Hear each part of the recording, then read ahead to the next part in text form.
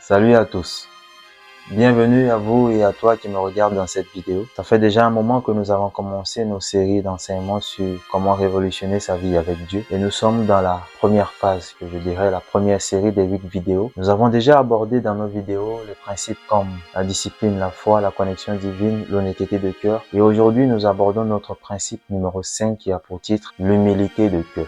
C'est un état d'esprit. Il y a l'humilité qui est contraire à l'orgueil et nous savons tous ce que c'est que l'orgueil. Et cette humilité dont nous allons parler aujourd'hui, c'est cette attitude du cœur à accepter les vérités divines qui sont contraires à nos vérités. Je dirais encore, c'est accepter les orientations divines qui sont différentes de nos orientations. Ésaïe, le chapitre 9, le verset 5 dit ceci. « Car un enfant nous est né, un fils nous est donné, et la domination reposera sur son épaule. On l'appellera admirable, conseiller, Dieu puissant, Père éternel, prince de paix. » Alors, le modèle parfait de l'humilité, c'est Dieu lui-même. Nous voyons cela dans la vie de Jésus-Christ. L'apôtre Paul pouvait dire dans l'épître aux Philippiens, le chapitre 2 du verset 5 au verset 11 ceci. « Ayez en vous les sentiments qui étaient en Jésus-Christ. » On parle ici de sentiments. Il est bien vrai que lorsque nous avons ces sentiments en nous, cela peut se voir, cela doit se voir et cela va se voir dans nos comportements. Il dit « Ayez en vous les sentiments qui étaient en Jésus-Christ. » Lequel, existant en forme de Dieu, n'a point regardé comme une proie à arracher d'être égal à Dieu, mais s'est dépouillé lui-même en prenant la forme de serviteur, en devenant semblable aux hommes et ayant paru comme un simple homme. Il s'est humilié lui-même, se rendant obéissant jusqu'à la mort, même jusqu'à la mort de la croix.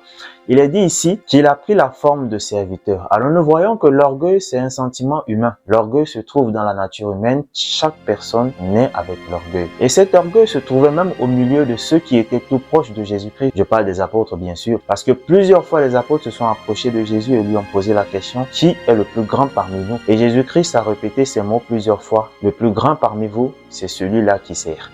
Alors nous voyons ici, plus tard, l'apôtre Paul dit qu'il a pris la forme de serviteur. Au verset 9, il est dit « C'est pourquoi aussi Dieu l'a souverainement élevé et lui a donné le nom au-dessus de tout nom, afin qu'au nom de Jésus, tout genou fléchisse dans les cieux, sur la terre et sous la terre, et que toute langue confesse que Jésus-Christ est Seigneur à la gloire de Dieu le Père. » À cause du fait qu'il s'est humilié, Dieu l'a élevé au-dessus de tous les noms. Ça veut dire que si Jésus ne s'est pas humilié, il ne devait pas avoir ce nom au-dessus de tous les noms. Jésus-Christ, qui est Dieu, a accepté perdre sa nature divine et venir habiter parmi les hommes. Il a pris la forme de serviteur. Il a marché dans la famine, dans la soif, comme nous hommes. Il a accepté cela. Et à cause du fait qu'il a fait cela, la Bible nous dit que Dieu l'a souverainement élevé. Si nous voulons que le Dieu de la Bible nous élève, il faut accepter ses orientations. Alors nous les chrétiens, lorsque nous récitons la Bible, nous disons que Dieu, tu as dit dans ta parole que je serai la tête et non la queue, je serai devant et non derrière. Nous citons des versets qui nous mettent toujours en avant. Mais avant d'être devant, il faut s'assurer de s'humilier devant Dieu. Nous voyons dans la Bible que tous ceux qui ont voulu s'élever eux-mêmes, tous ceux qui ont voulu se donner des noms, ils n'ont pas obtenu. Mais ceux que Dieu a élevés après leur humilité, ils ont eu un nom qui est resté dans l'histoire de la Bible. Alors je me pose la question de savoir qu'est-ce qui peut nous empêcher d'accepter les orientations de Dieu. Je parlerai d'abord de notre position. Beaucoup de personnes, à cause de leur position dans la société, dans les églises, dans le monde, ne veulent pas accepter les nouvelles orientations de Dieu, alors que parfois Dieu nous appelle à autre chose.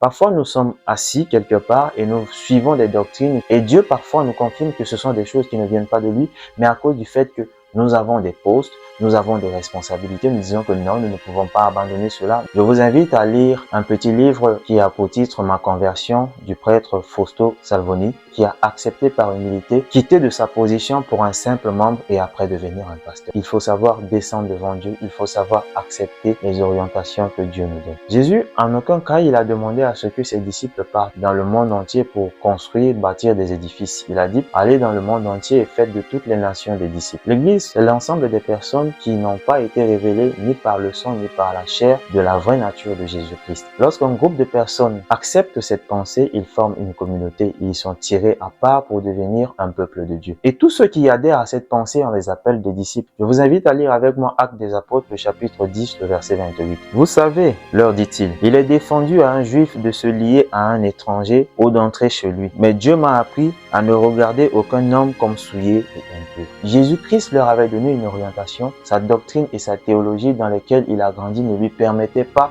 d'accomplir pleinement l'œuvre du Christ. Et lorsque le Seigneur lui a accordé la grâce de comprendre cela, il a fait ce que Dieu lui a demandé de faire. Ce n'est pas mauvais de faire de la théologie, ce n'est pas mauvais d'apprendre les Saintes Écritures, mais lorsque nous apprenons ces choses, nous devons nous approcher de Dieu avec humilité, parce que Dieu peut nous donner de nouvelles orientations qui sont contraires à nos pensées, à nos doctrines et à notre théologie. Dieu agit dans sa souveraineté. Parfois, lorsque Dieu agit dans sa souveraineté, on a cette impression que Dieu se contredit lui-même. Dieu ne se contredit pas. Dieu n'est pas un homme pour mentir, ni le fils d'un homme pour se repentir. Dieu agit comme il veut, quand il veut, et il n'a de compte à rendre à personne. Et selon même l'histoire de la Bible, nous voyons la souveraineté de Dieu se manifester.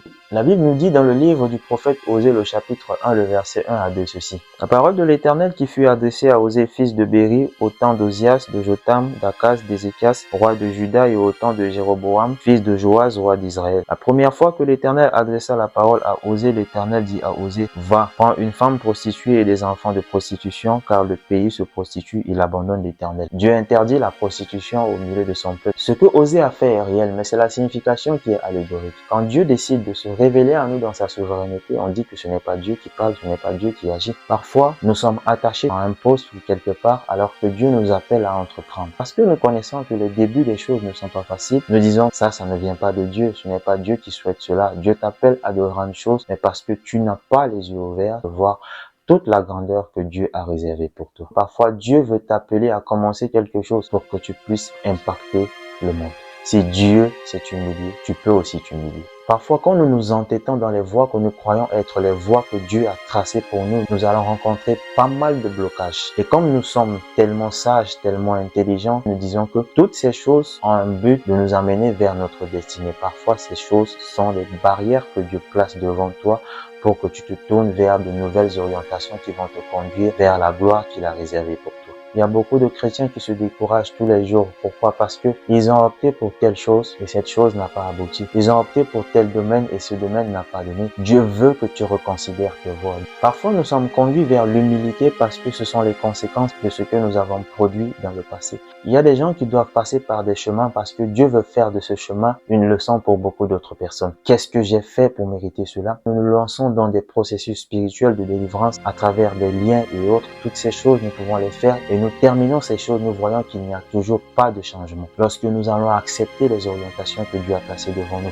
et que nous allons marcher là-dedans dans la joie, là nous verrons que nos vies seront révolutionnées avec Dieu. Ce que j'aimerais que tu comprennes dans ce principe, c'est que Dieu a réservé des choses d'avance, mais il a tracé un chemin. Et en évitant ce chemin, tu ne vas jamais atteindre le but que Dieu a défini pour toi. Mais en acceptant avec humilité ce chemin, Dieu te donnera un nom. Et il ne te donnera pas un nom pour ta gloire, mais il te donnera un nom pour sa gloire. Et vous allez voir qu'une personne que Dieu a bâtie dans l'humilité, que Dieu a bâtie par un chemin, lorsqu'il élève cette personne n'oublie jamais le chemin. Cette personne est toujours reconnaissante vis-à-vis de Dieu et vis-à-vis de tout ce que Dieu a utilisé pour lui apporter un soutien d'une manière ou d'une autre. Pourquoi est-ce que parfois nous traversons des situations et nous demeurons dans ces situations? Parce que les hommes ne peuvent pas connaître ce que nous avons dans nos cœurs. Les hommes ne peuvent pas lire le fond de nos cœurs. Parfois nous donnons l'apparence d'humilité alors que nous ne sommes pas humbles. Et la Bible nous dit clairement que Dieu a choisi de le briser par la souffrance. Et parfois, Dieu veut nous briser par la souffrance. La Bible dit que Dieu fait grâce aux hommes, mais il résiste aux orgueilleux. La Bible dit que l'humilité précède la gloire. Et une personne qui passe par l'humilité véritable ne s'élèvera pas au-dessus de Dieu, pas au-dessus de son prochain, mais il sera toujours le serviteur. Jésus pouvait dire que par ses œuvres, Jean-Baptiste a dépassé tous les autres, mais le plus petit dans le royaume des cieux est plus grand que Jean-Baptiste. Ma famille et moi, on était en train de traverser des moments difficiles. Il n'y avait pas les moyens, il n'y avait pas d'issue. Mais lorsque l'Église avait disposé d'un moyen pour que je puisse commencer à vendre des habits, je n'ai pas accepté cela. Je n'ai pas cru en cela. C'était difficile au début. Mais Dieu m'a donné la force et la grâce de le faire avec amour. L'expérience que j'ai reçue là-dedans, c'est que quand je le faisais de bon cœur et avec joie, Dieu me bénissait. Mais quand j'essayais un peu de montrer de l'orgueil, de me cacher, de ne pas le faire de gaieté de cœur, de commencer à lancer les mots à Dieu, les choses se durcissaient. Il faut s'humilier dans la vie pour que Dieu puisse nous élever. Prends très au sérieux ce principe et tu verras la gloire de Dieu se manifester dans ta vie. Et n'oublie pas une chose, quand tu fais en bien, tu le fais pour toi et pour ta famille. Et quand tu le fais en mal, tu le fais pour toi, pour ta famille. Prends au sérieux ce principe. À très bientôt pour un autre principe, mais pour l'instant, shalom.